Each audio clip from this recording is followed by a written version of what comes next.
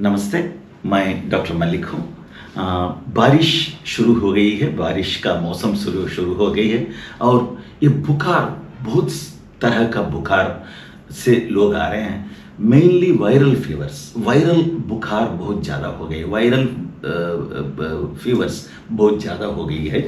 इसीलिए ये viral fevers कैसा मैनिफेस्ट कर रहा है।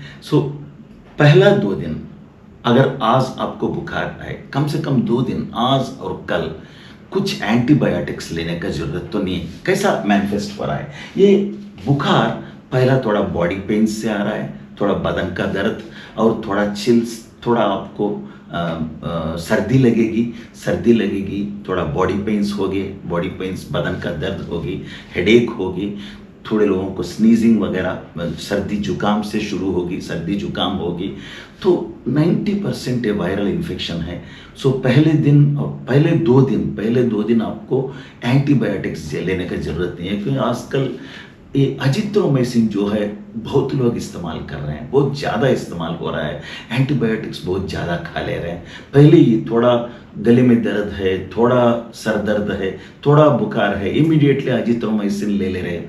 प्लीज़ पहला 2 दिन तो कुछ एंटीबायोटिक का ज़रूरत नहीं है। फर्स्ट, अगर ज़रूरत पड़ी आपको, अगर बॉडी पेन्स है, सर दर्द है, सर्दी जुकाम है, खांसी है, तो सिंपली डोलो लीजिए। सर दर्द के लिए, बॉडी पेन्स के लिए डोलो 650 लीजिए। कितने साल, 3-4 बार ले सकते हैं दिन में। अगर आपको सर्दी जुकाम वगैरह ज़्यादा है तो सिनरेस्ट बोल के एक टैबलेट है, पैरासीटामोल, कैफीन और उसमें फेनिरामिन, ये सब होते हैं सिनरेस्ट में। ये भी, उसमें भी पैरासीटामोल होते हैं, ये भी 3 वक्त ले सकते हैं। नहीं तो एक डोलो टैबलेट, एक सिनरेस्ट, ऐसा दोनों मिला के भी ले सकते हैं आप। और खांसी के लिए बेनाड्रिल कफ फार्मूला, बेनाड्रिल खांसी के लिए इस्तेमाल कर सकते हैं। और अगर आपको पेशाब में जलन है, ये सीजन का प्रॉब्लम नहीं है। अगर आपको पेशाब, अगर यूरिन इन्फेक्शन है, पेशाब में यूरिनरी ट्रैक्ट इन्फेक्शन, पेशाब में अगर बहुत जलन हो रहा है, बुखार हो रहा है, उससे बुखार है, तो सिट्रॉल का बोल के एक सिरप है, सिट्रॉल का बोल के एक सिरप है। 1 गिलास पानी में 2 चम्मच सिट्रॉल का डाल के 3-4 वक्त, ऐसे दिन में 3-4 वक्त पिए तो थोड़ा जलन कम हो जाए। 2 दिन आप एंटीबायोटिक्स लेने का जरूरत नहीं है। तीसरा दिन आप ब्लड, अगर बुखार कंटिन्यू 90%, 2 दिन में आपका बुखार कम हो जाएगी। अगर तीसरा दिन भी अगर बुखार ज़्यादा है तो आप थोड़ा ब्लड टेस्ट कराना है। कौन सा ब्लड टेस्ट कराना है? ये CBP बोलते हैं, कंप्लीट ब्लड पिक्चर।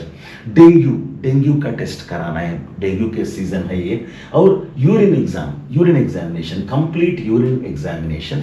और मलेरिया पैरासाइट, ये malaria test, blood test for MP, malarial parasite, malaria test. और ये ब्लड कल्चर जो है बहुत रेयरली करते हैं, वो छोड़ दीजिए आप। मगर CBP करना है, कंप्लीट ब्लड पिक्चर करना है, डेंगू का टेस्ट करना है, ये कंप्लीट यूरिन एग्जामिनेशन करना है।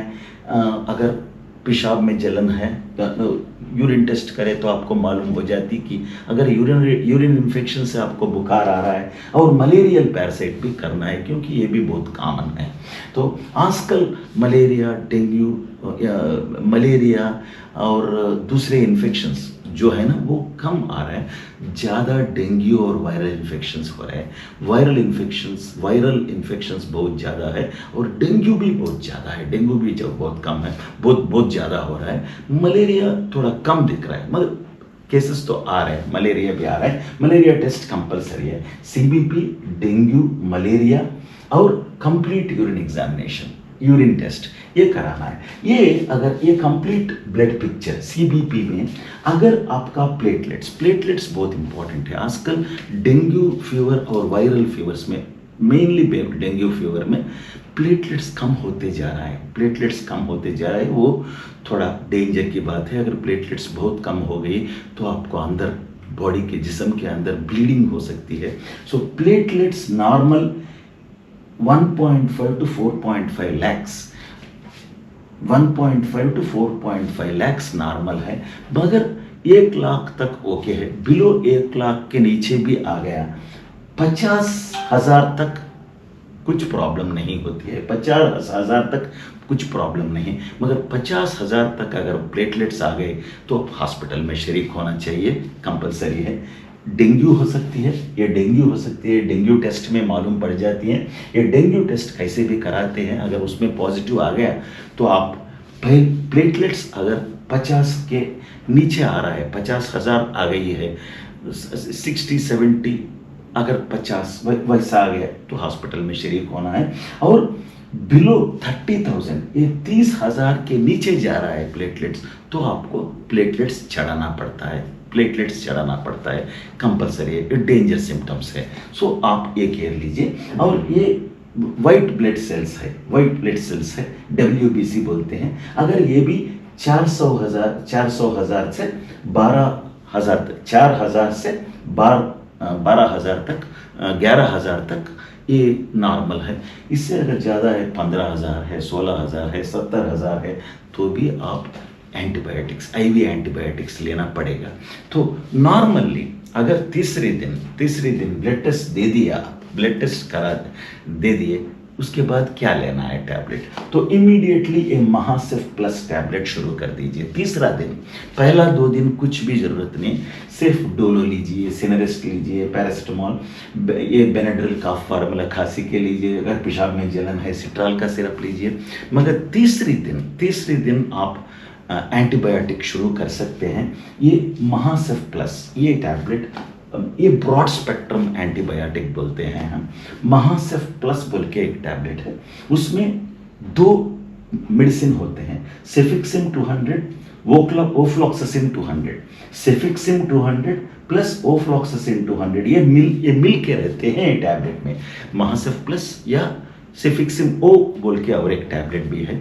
आप ये टैबलेट सुबह शाम कम से कम 3 दिन से 5 दिन तक कम से कम लेना है। तो ये सुबह एक, शाम को एक, महासिफ प्लस बोल के टैबलेट, इसमें 2 मेडिसिन होते हैं, सेफिक्सिम और ओफ्लॉक्सासिन 200, सुबह एक, शाम को एक, कम से कम 3 दिन से 5 दिन तक टैबलेट लेना है। मगर अगर डेंगू पॉजिटिव है तो हॉस्पिटल में शरीक होना पड़ता है। उसके लिए सेपरेट एंटीबायोटिक्स है, डेली टेस्ट, प्लेटलेट टेस्ट करना है। इसके लिए डेंगू अगर पॉजिटिव बोले तो इंजेक्शंस, ये सलाइन के साथ इंजेक्शंस देते हैं, डॉक्सी वगैरह इंजेक्शंस हैं, वो हॉस्पिटल में ही देते हैं, हॉस्पिटल में शरीक करके देते हैं, घर में लेने का नहीं है। और अगर ये प्लेटलेट्स नीचे आ गई, प्लेटलेट्स बहुत कम हो गई, सो प्लेटलेट्स अगर 50,000 तक आ गई तो भी हॉस्पिटल में शरीक होना चाहिए। 1 लाख तक, 1 लाख से 4.5 लाख तक नॉर्मल है ना। अगर 1 लाख से नीचे आया तो केयरफुल रहना चाहिए। 50,000 ये तो कट ऑफ पॉइंट है, यहाँ से नीचे नहीं जाना। अगर 50,000 के से तक आ गई तो हॉस्पिटल में शरीक होना चाहिए। और 30 के नीचे आए तो आपको प्लेटलेट्स चढ़ाना पड़ता है। ये थोड़ा इम्पोर्टेंट है। मगर आजकल main problem viral infection, 90% viral infections जो आ रहे हैं वो 2 दिन में आपको नॉर्मली कुछ एंटीबायोटिक के बिना, कुछ एंटीबायोटिक लेने का जरूरत नहीं। 2 दिन तक कुछ एंटीबायोटिक लेने का, अजिथ्रोमाइसिन वगैरह मत लीजिए। 2 दिन में बिना एंटीबायोटिक ये सब कम हो जाएगा। तीसरे दिन ये बुखार कम हो जाएगी। अगर तीसरे दिन भी कंटिन्यू हो रहा बोले तो आप ये टैबलेट लेना पड़ता है। मगर पहला 2 दिन सिर्फ डोलो, पैरासिटामॉल, सिनरेस्ट, बेनाड्रिल सिर्फ पैसा लीजिए। तो एंटीबायोटिक्स अवॉइड कीजिए पहला 2 दिन, ये मैं बोलने का था। और उसके बाद सेपरेट डेंगू सेपरेट बात करेंगे, यूरिन इन्फेक्शन सेपरेट बात करेंगे, टाइफॉइड टेस्ट एक है, उसके बाद उसका भी, टाइफॉइड फीवर का भी हम सेपरेट बात करेंगे। पहला ये रूटीन जो अपना सीजन का जो वायरल इन्फेक्शन है उसके लिए आप बड़े टैबलेट्स, बड़े एंटीबायोटिक्स मत लीजिए।